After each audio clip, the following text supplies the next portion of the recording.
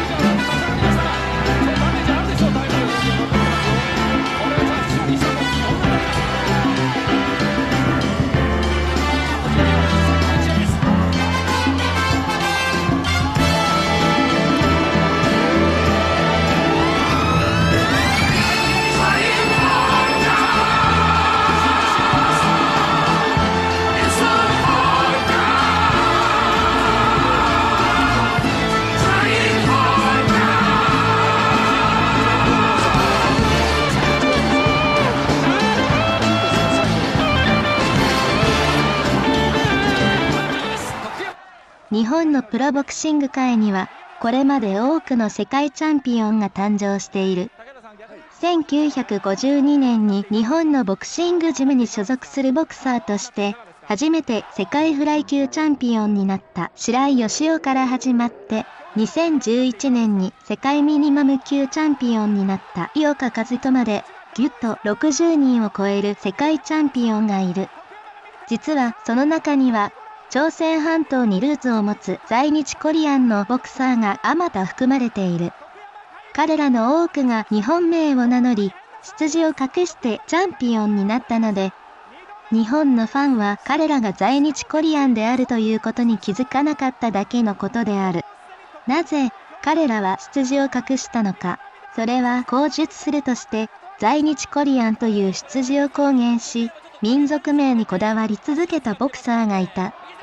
WBC の世界スーパーフライ級チャンピオンになった徳山正盛こと本チャンスである。徳山は1974年、東京の大田区に在日コリアン3世として生まれた。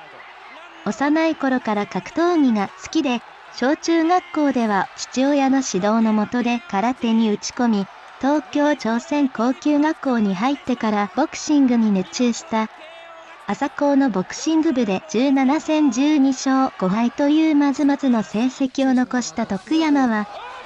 卒業後、親元を離れ、ハングリー精神でプロを目指そうと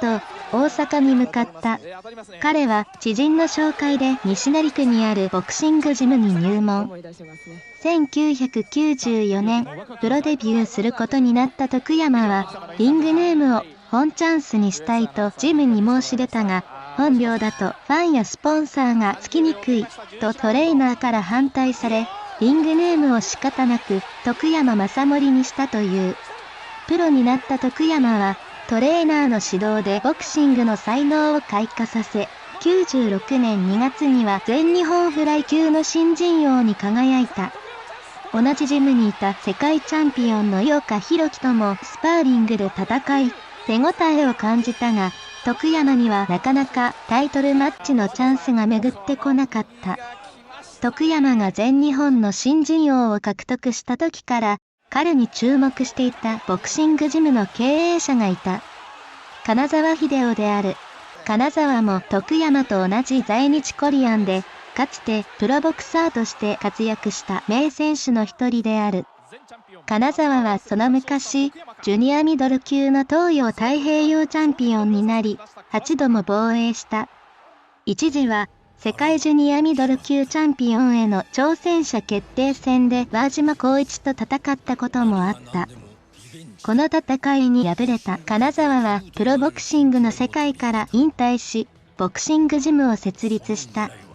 徳山を見たとき、金沢は彼なら世界チャンピオンになれると確信する。そして自分が果たせなかった世界への夢を同じ在日の徳山にかけてみようと金沢は考えるようになった。徳山を自分のジムに迎え入れた金沢は彼を世界チャンピオンにするために全勢力を傾けたが、大阪の小さなジムからは世界はおろか日本のタイトルを狙わせることさえ大変だった。ようやく97年、徳山は日本フライ級の王座への挑戦権を2度も得るが、いずれも失敗。その後、徳山は失意の中で1年近いブランクを作ってしまう。しかし、これで吹っ切れたのか、ブランクから復帰した徳山はその後、破竹の勢いで勝ち続けた。98年10月の復帰戦を TKO で勝利すると、続いて元世界チャンピオンの井岡弘樹にも TKO で勝利。99年9月には東洋太平洋スーパーフライ級王座決定戦で対戦相手に判定勝ちし、徳山は念願のタイトルを獲得する。そして2000年5月、東洋太平洋スーパーフライ級の2度目の防衛に成功した徳山は、ついに夢にまで見た世界タイトルへの初挑戦を決める。徳山は東洋太平洋チャンピオンになってからは、朝高の友人たちが送ってくれたワンコリアの刺繍の入ったトランクスを着用し、自分が挑戦席を持つ在日のボクサーであることを隠さずに戦う姿勢を見せた。しかし、世界戦が決まると徳山の国籍をめぐって周囲がやかましくなっていった。チャンピオンのチョインルは韓国籍で、挑戦者の徳山が挑戦席ということもあり、マスコミは史上初の南北対決で盛り上がったが、ボクシングジムを切り盛りする金沢の自宅には、国に帰るという嫌がらせの電話がしょっちゅうかかった。また費用のかかる世界戦で最も大切なことはスポンサーを探すことだが、挑戦席の在日を公言している徳山にはなかなかいいスポンサーが見つからなかった。この結果、ボクシングの世界戦は地上波のテレビで生中継されるのが当時は当たり前であったが、徳山の世界戦はテレビで放送されないという悪条件での開催となった。と、知人を回って徳山の講演会を作り、チケットをさばいて、チャンピオンに支払うファイトマネーをなんとか準備した。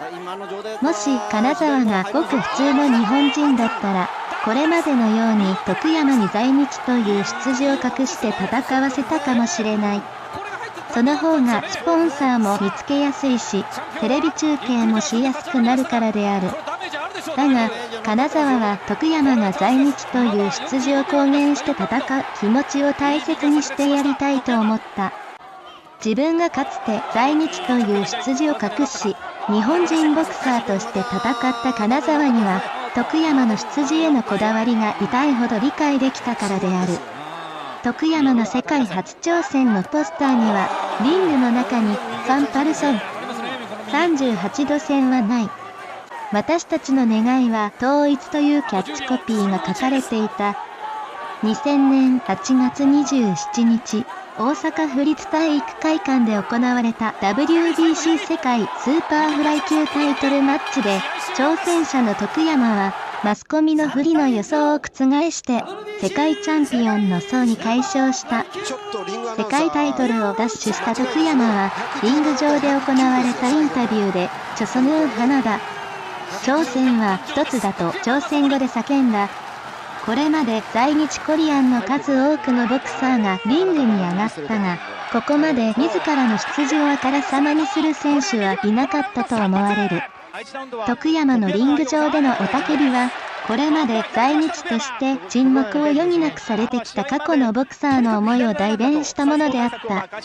徳山が本領の本チャンスでリングに登場したのは、それから8ヶ月後の2001年5月、韓国のソウルで開かれた前チャンピオンのチョインジユとの防衛戦でのことである。チャンピオン、本チャンス。在日コリアンの選手がリング上で本名で呼ばれたのは戦後初めてだった。